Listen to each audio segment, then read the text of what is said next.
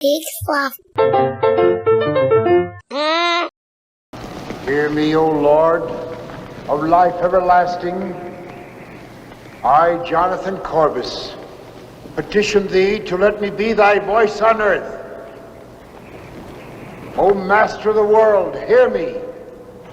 I petition thee.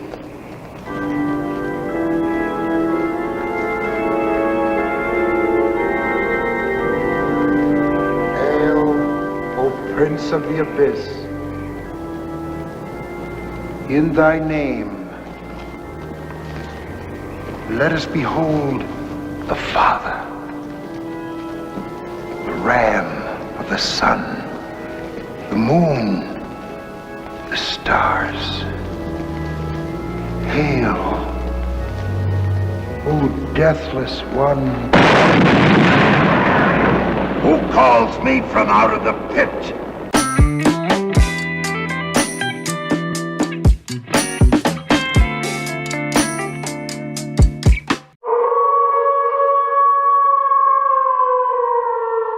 Hey everybody, I'm Joel Murphy. And I'm Andy McIntyre. And this is Silver Linings Playback, the podcast where we watch maligned movies and we find their silver linings. And it's the second week of October, and we are panicking about satanicking. And after we went down the journey of mazes and monsters, now we're getting drenched by the devil's rain.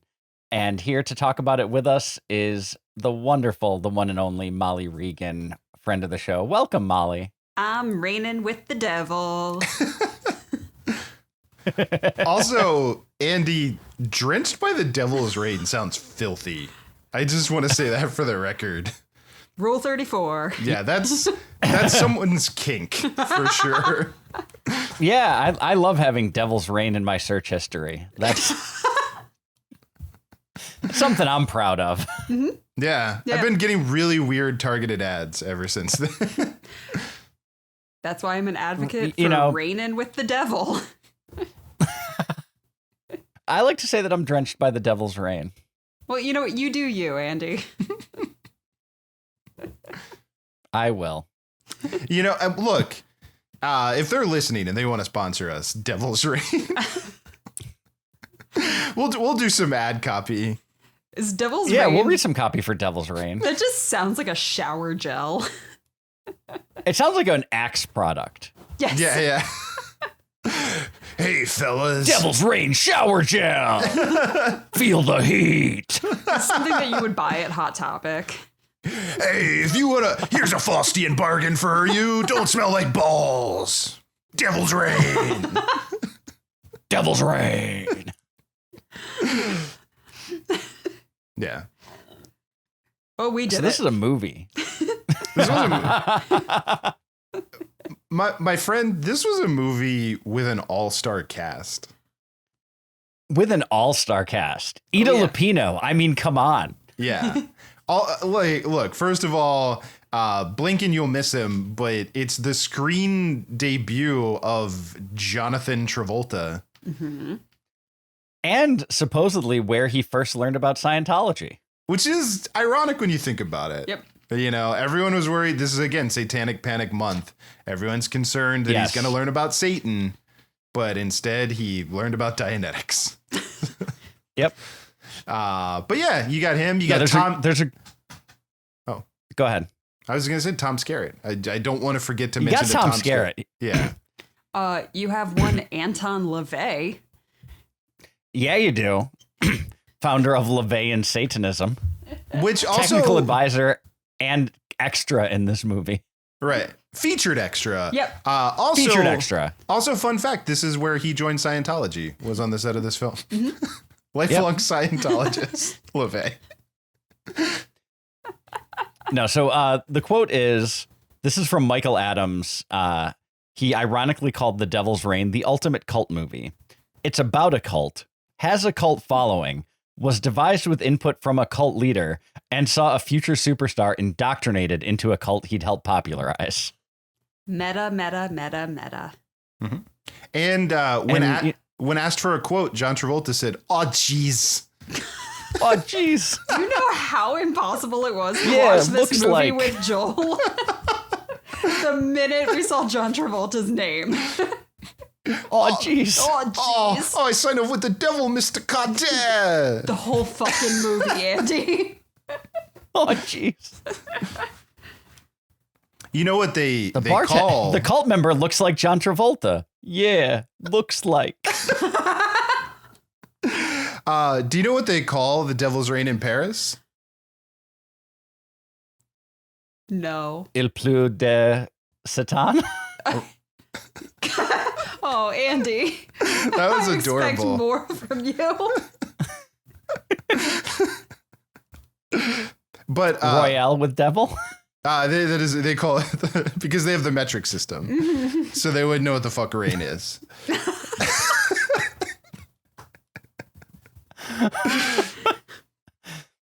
Royale with devil. The irony is that the real Devil's Reign is coming out of Tarantino anytime he sees a pair of feet. Am I right? Jesus Christ. Remember when we all watched Pulp Fiction and we didn't know who Tarantino was yet? And we're like, oh, that's interesting that these two gangster characters are talking about how a foot massage is the same as sex. Hey, it's not the same. It's in the same ballpark. Ain't no fucking ballpark neither. Ain't even the same sport. So Ernest Borgnine is in this movie. Yes, Ernest Borgnine is in the movie. Yep. I got nothing.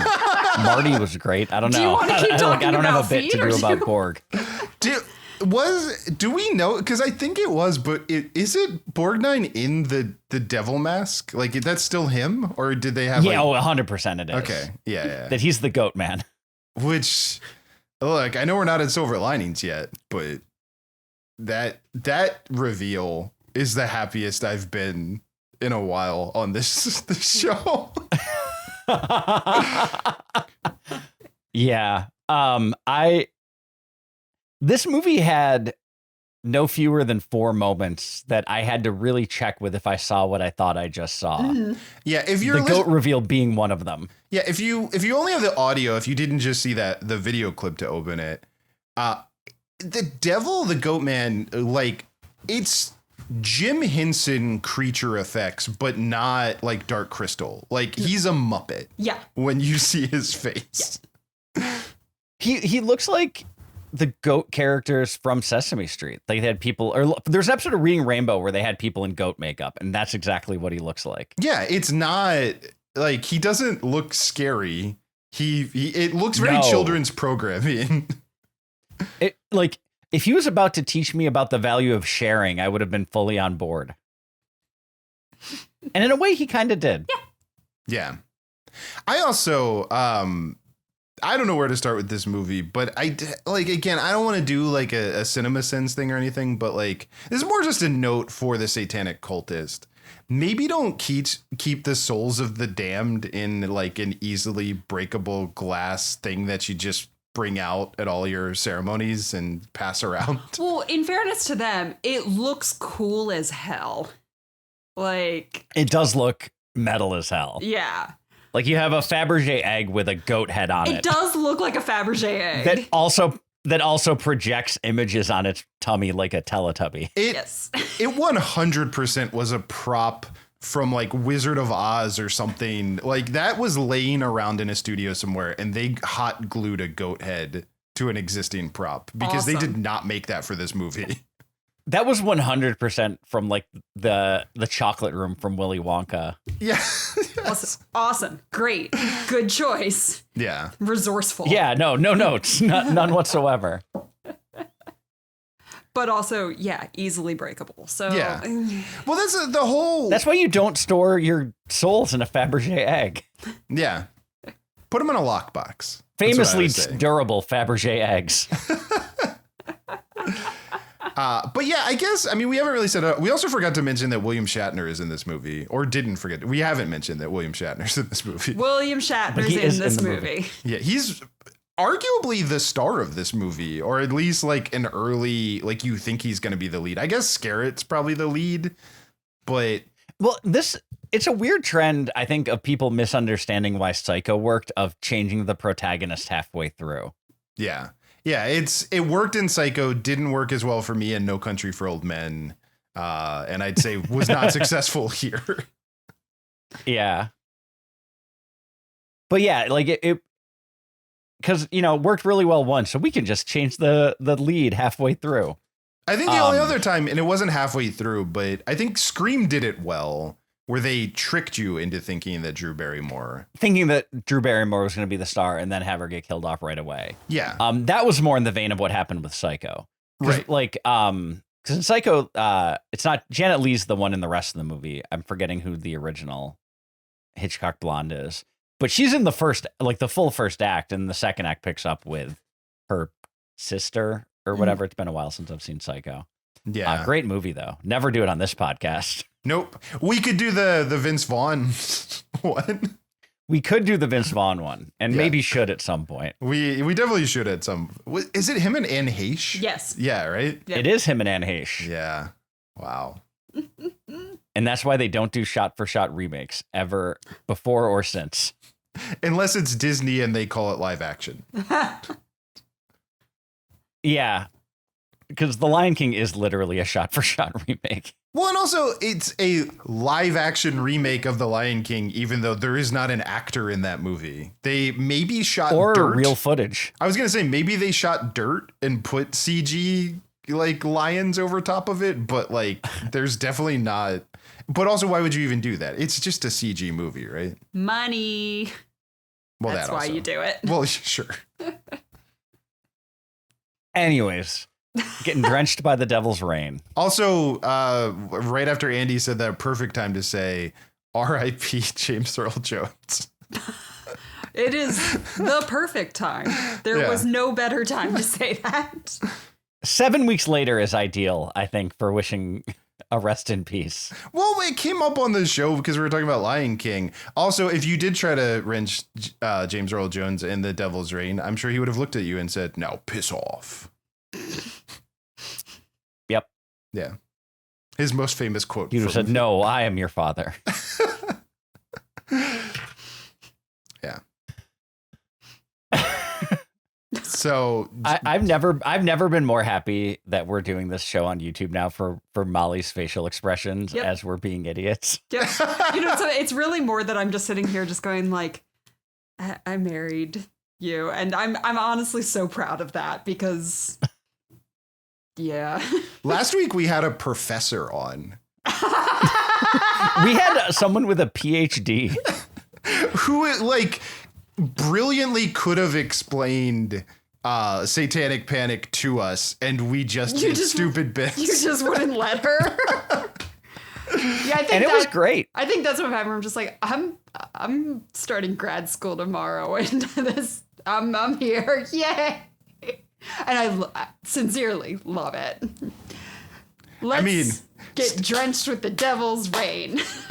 Stay tuned. Yay! By the way, stay tuned, everyone. There's a chance that later this month we might get even dumber with someone whose time we're wasting even more. So you never know. It's possible.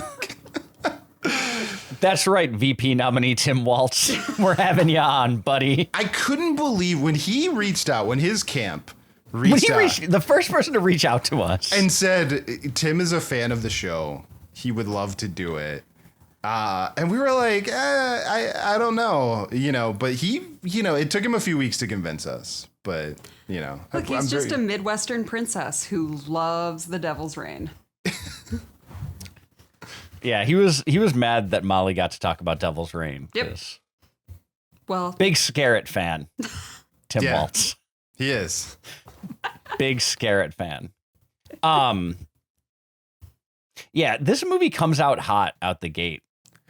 Yeah, I guess we haven't properly set it up, but like this is the most just like on the nose Satanic Panic, where it is a Satanist cult that I guess are immortal. We find out ?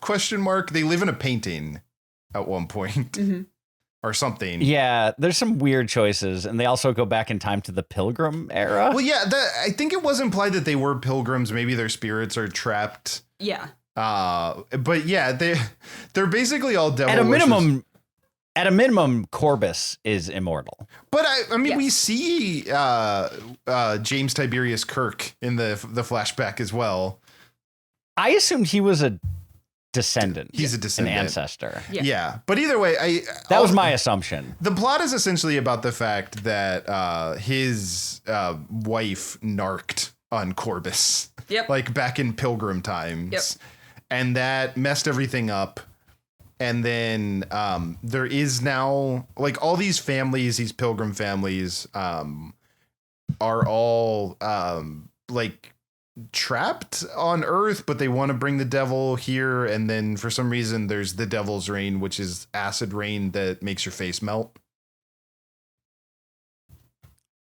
But also, if you're part of the cult, you get filled with whipped cream. Oh, I thought it was like neon puffy paint. Yeah. Also, Whatever it is, it's that's- a great choice. also at some point, your eyes are just all black. Like they have like Yeah, they get like popped out. Like they don't show them getting popped out, but it looks like they're scooped out. Like they look just like empty holes. Yeah. That just like all Satanists. Yeah. Well, yeah, and we know this because Anton LaVey is in the movie. that was what he was consulting on. They were like, so scoop. Yeah, he's like, yeah, like a melon baller went in there. That's Yeah. what they should look. And then he was like, he was really involved in going to Jones and picking out all the paint. Like, no, it He has to be picks out all pink. of the sex dolls and wax dummies to melt for the final scene. Yeah, Yeah. yeah. And the black wax. Very concerned about the black wax, because if you see black wax, it's only one kind of black wax that exists in this world, apparently. So if there's black wax in one place, and then you see it in another place, you're like, that's the Satan black wax. Couldn't possibly be just the fact that things are made of black wax. No, that's Satan's black wax.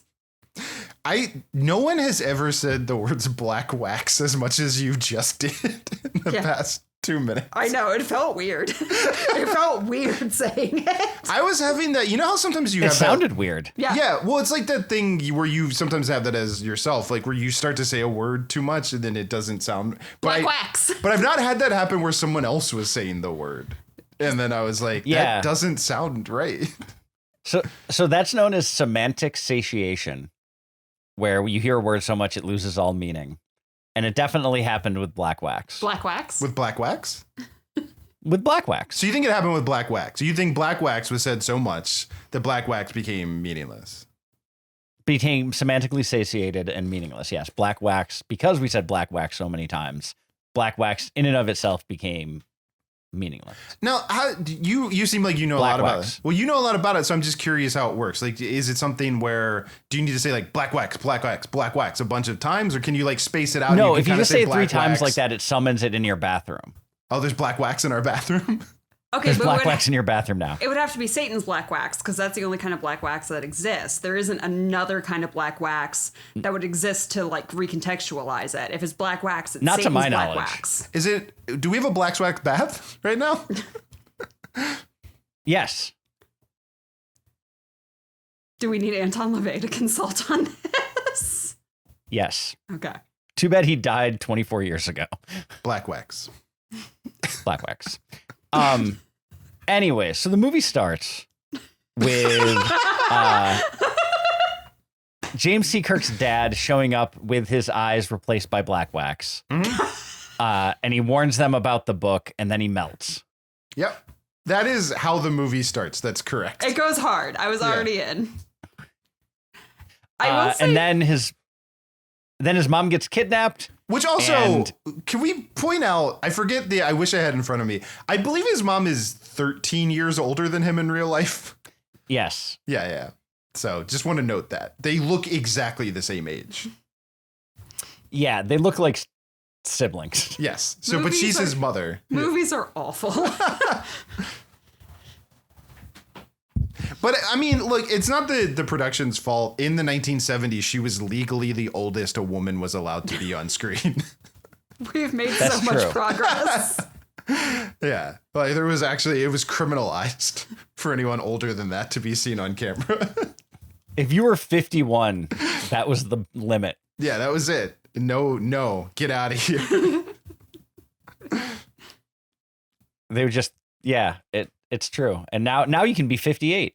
Mm-hmm. Oh, yes. Yeah. We did it. If you're well, I wanted to say Drew Barrymore because we were talking about it, but if you're Demi Moore, you're allowed to be 58 on screen. Yeah. And that's it. Just Demi Moore. Mm-hmm. Yep. Also, good time to say R.I.P. Maggie Smith. I was like, do I want to go down that path? And yeah, rest in peace, Maggie Smith. Mm-hmm. Died at the ripe old age of 57. That's what she knew. She knew she couldn't be on screen anymore. It's like, well, I've had a good run.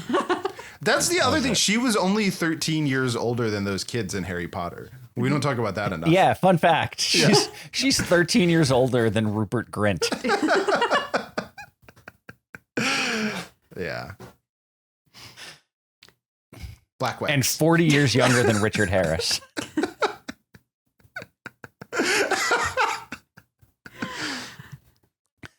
Okay, so we had a professor on last week. We did. So the dad shows up and he melts. And then they get the book. Man. That was moment one that I had to rewatch to make sure I saw what I thought I saw. Yeah, of course. So that happened. And then Captain Kirk decides to go investigate. To go to the desert. To a ghost town set on a backlot of some studio. Yep. To investigate. And they immediately just try to kill him and are like, we're Satanists. Yep. Like, let's not be coy about it. Let's not try to trick this guy. Let's set his car on fire and just try to murder him. Yep. Yeah. And then he doesn't get away. Or no, he does get away. I think he goes missing, and then that's when we introduce Tom Skerritt. And that's when Tom Skerritt goes after him with his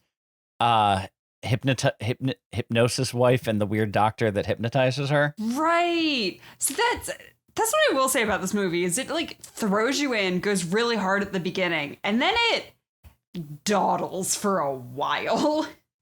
So it finally,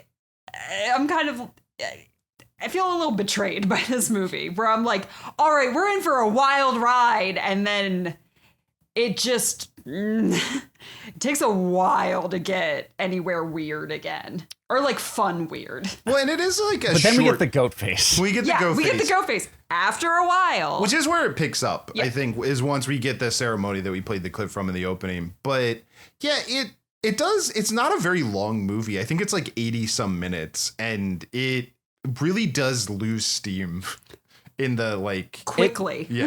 In the middle. You feel every second of those 84 minutes. Yes.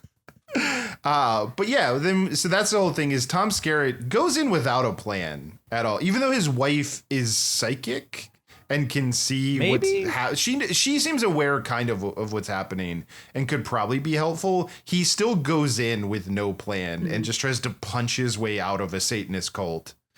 And then somehow finds the book and then reconnects with the old man that I forgot who he was because he was only in one scene for half a second. And it took like 4 hours to get there. And I was like, who's this guy? And then they go back and confront them again. And that's when they smash the Fabergé egg and the devil's rain comes down and melts everyone. But then Ernest Borgnine replaces the wife. Right, which... Yeah, we should talk about that too. I don't know how that works, first of all. Not in any way explained. But what we get is Tom Skerritt embracing his wife romantically. And then over his shoulder, we see that the wife is actually Ernest Borgnine, which definitely means they're going to hook up. Yeah. Yeah, and that the wife is now trapped in a new Devil's Rain Fabergé egg, it seems like. But by herself. Because she's like banging on glass is like the last shot of the movie. Mm-hmm. Yeah, it doesn't really make sense. And I'm like, well, was this its own reality? Were you seeing what was happening outside? I feel like you guys think this is clever, but it just kind of is nonsense. But also, it's really fun, so I'm kind of accepting it. let's be fair. It's not kind of nonsense. It's utter nonsense. How much do you think, like, LaVey, did they ask him stuff? And was he just in a corner, just eating crafty, just like, yeah, no, you got it. Sure. Yeah, totally. 100. Oh, That's how the Satanists do it. Yeah. Oh, no, those are the right horns. No, a goat like that. Yeah, that's definitely what the goat man looks like. That's what Baphomet looks like. Absolutely. It's in my book. Just here. I just picture him counting money a la Gus Van Sant in Jay and Silent Bob Strikes Back. I hope that's what happened. Jesus, Ernest, I said I'm busy. You got me for 2 hours. God damn it, Skerritt. Hold on, let me put my gold helmet on for this scene, because that's accurate. We all wear gold helmets. And I get to keep this, right? This comes with me. Also, this ice cream sundae bar, that's for everyone? That's like, we can all just go up to this?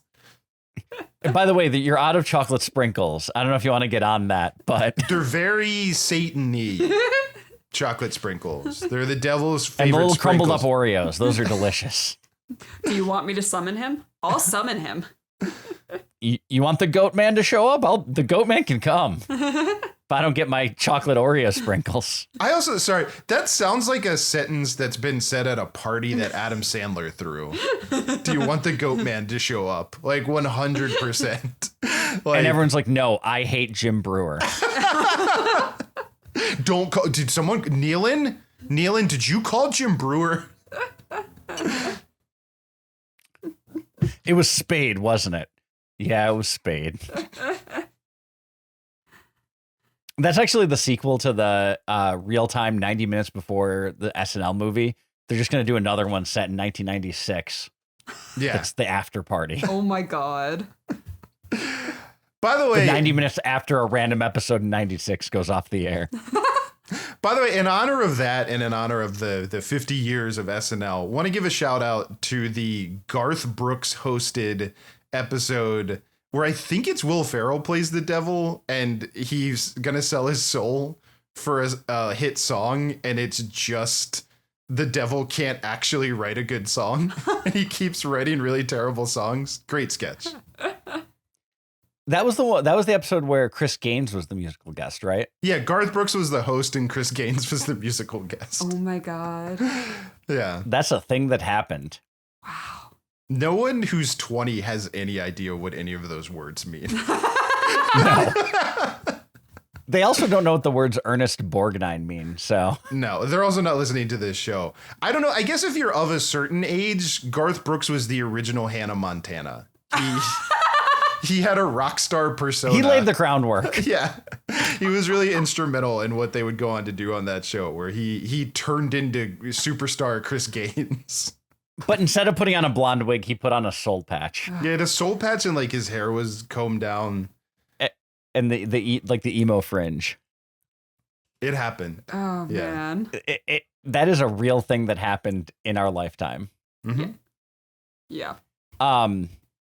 So before we pivot to talk about the wonderful bits of this movie, Tom Skerritt putting on the satanic cultist robe and like meandering through the crowd in the least subtle way possible was hilarious. Yes. Also, was it a rib on him? Did they give him a robe that was 4 times too small? Because his head looked gigantic in that hood. Like, it did not. He looked so out of place. Like, so obviously not a cultist. It was great. Yeah. Yeah. But it was terrible. Like, it was so bad. Like, not actually a silver lining, but I enjoyed the hell out of it. No, it was so silly. Like, you have to, did that character in his head think I'm selling this? Look at me, I'm blending in. It's like, I'm nailing this. No one's going to suspect Tom Skerritt. Which also, I in no way think this movie was influential for Eyes Wide Shut, although I'd love to imagine Kubrick watching this and taking notes. But it does kind of remind me of, like, I almost get the vibe that this cult was the same as they are to Tom Cruise in Eyes Wide Shut, where they're just like he thinks he's blending in and they've clocked him from second one. Yep. And they're just like, let's let this guy go a little bit, see what he does. Let's see what happens. This will be fun. Yeah. So that's, I like to think that Kubrick on an off day from shooting Barry Lyndon went to the set of The Devil's Rain to just check in. I just need to turn my brain off for a while. Like what we're doing is really taking a lot of time from me. So like, it's like when Kurosawa would go watch them film Godzilla, you know? Like, yeah. Just need to really it's like I'm going to go check in with my friend Robert Fuest and and see what he's up to with The Devil's Rain. I would bet any amount of money that Nicole Kidman has seen The Devil's Rain. If I had to pick who from the cast of Eyes Wide Shut sat down and watched this, it's definitely Nicole Kidman. Yeah. Well, because she loves the magic of movies. Yeah, she comes to this place for magic. And nothing's more magical than getting drenched in the devil's rain while sitting on a throne of black wax. I think you're talking about a different thing. Nope. I'm really excited for our search engine optimization this week. Like really going to get some good keywords. Like going for excited for that. Andy, 10 million people watch this show and they're all mad at us. They all watched 30 seconds of it and said, "This is not what I meant" in the comments.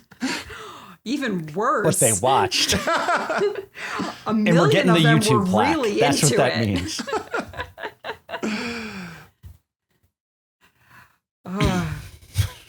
I'm ready to pivot. You want to pivot? Yeah. You guys ready to pivot? Black wax. Black wax. Ready to spin that black wax and get onto a new topic? What if that's what... Oh, go ahead. This is important, trust me. Yeah, no, I know.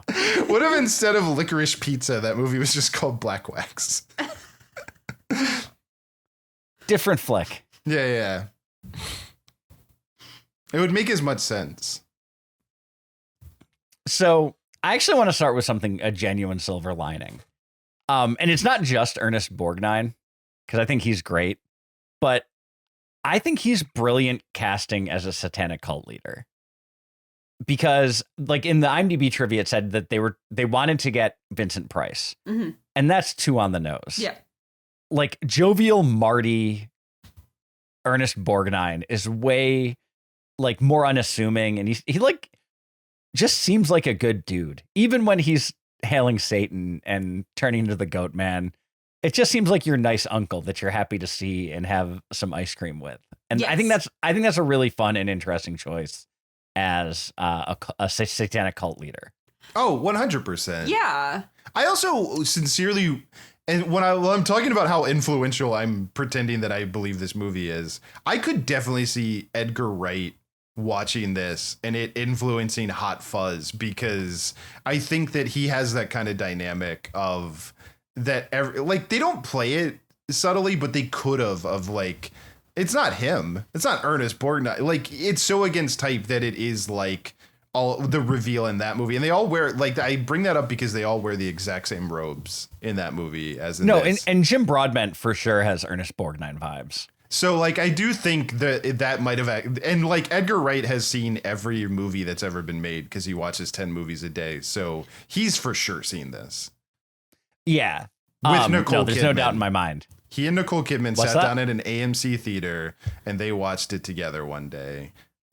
They bought every seat so it could just be the two of them. Yep. Yeah, but it wasn't a romantic thing. They sat on opposite sides. No. Yeah.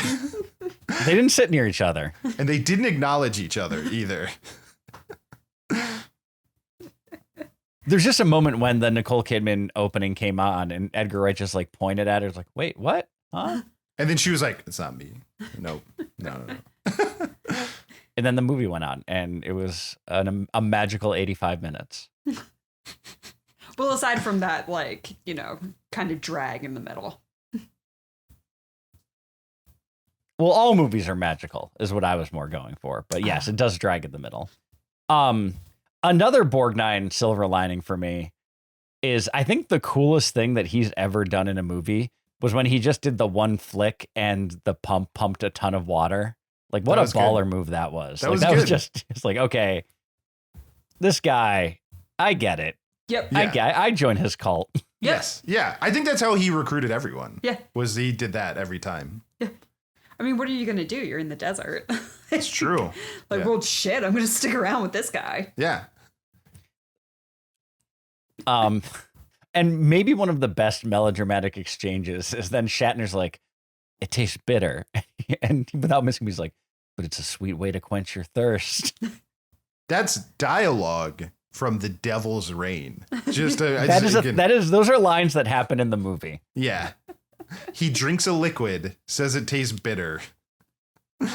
Yeah. That's in this movie. Just pointing all that out. For anyone. Yep, that is fully in the movie. Mm-hmm. Look, I have a silver lining, and I actually think it really gets to the heart of why we do this show. And I mean this sincerely, that I think like when we were early on, like talking about the show and like what really appealed to me about it. And what I loved is like, we're going to watch bad movies and a lot of them are going to be terrible. But in those movies are going to be things that are great and deserve to be spotlighted. And the makeup / melting effects in this movie are, and I'm not doing a bit, I mean this sincerely, Academy Award level of like effects. The effects team killed it. Like they balled out. Yeah. Oh no, 100%. Yeah.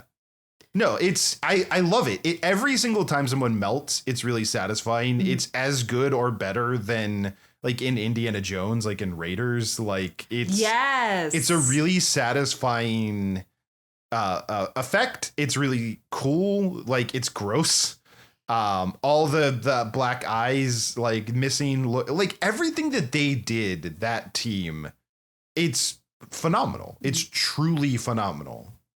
No, they put their work in. They earned their paychecks. Like it was great. I also read something where they said they had a lot of time to just shoot pools of like ooze, that there was a lot of downtime, so they could just, as like the B team, you know, like camera operators, like just they had a lot of time to film this stuff off on their own.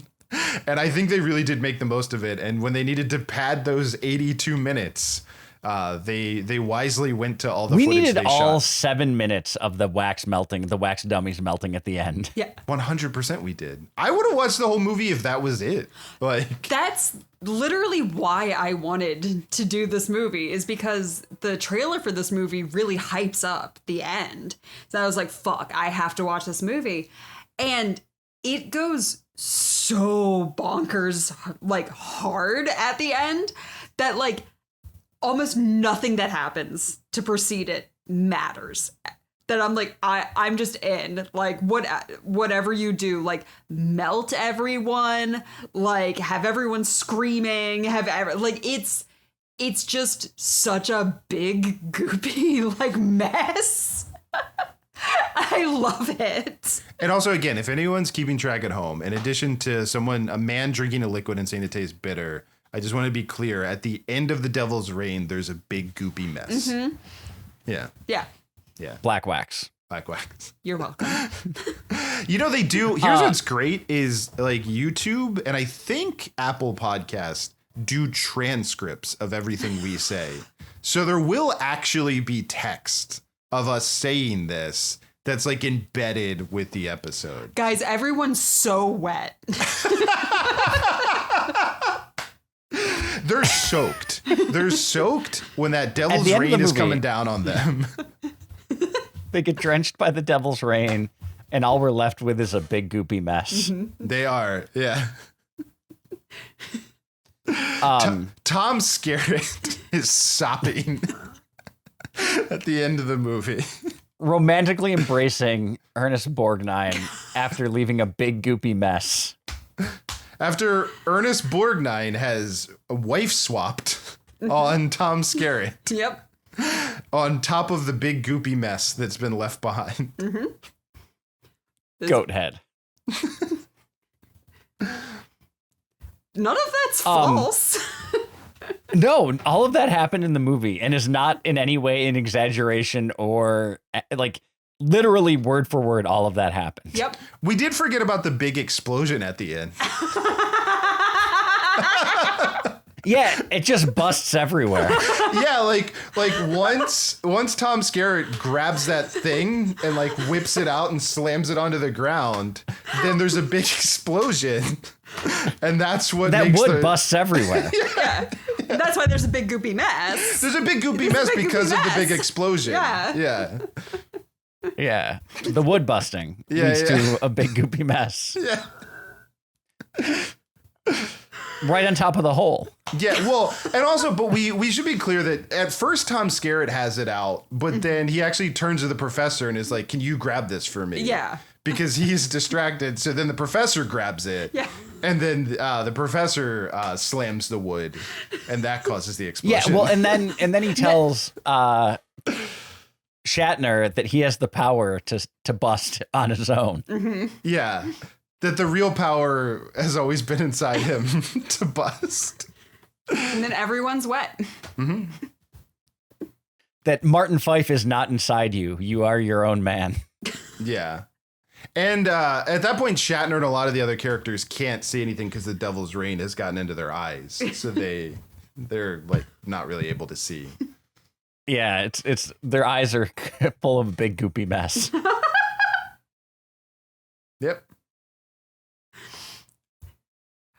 So yeah, Black silver rocks. lining.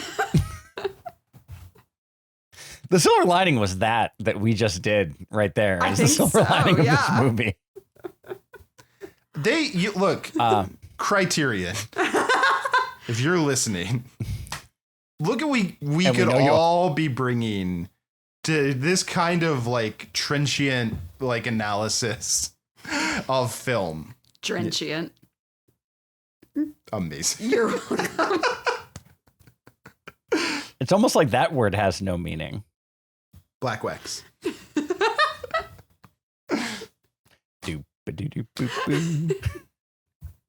that it? Are we done? I'm fine. I think we did it. Yeah, I mean, it's a little short, but I think we did it. Molly, We're not going to top that. No.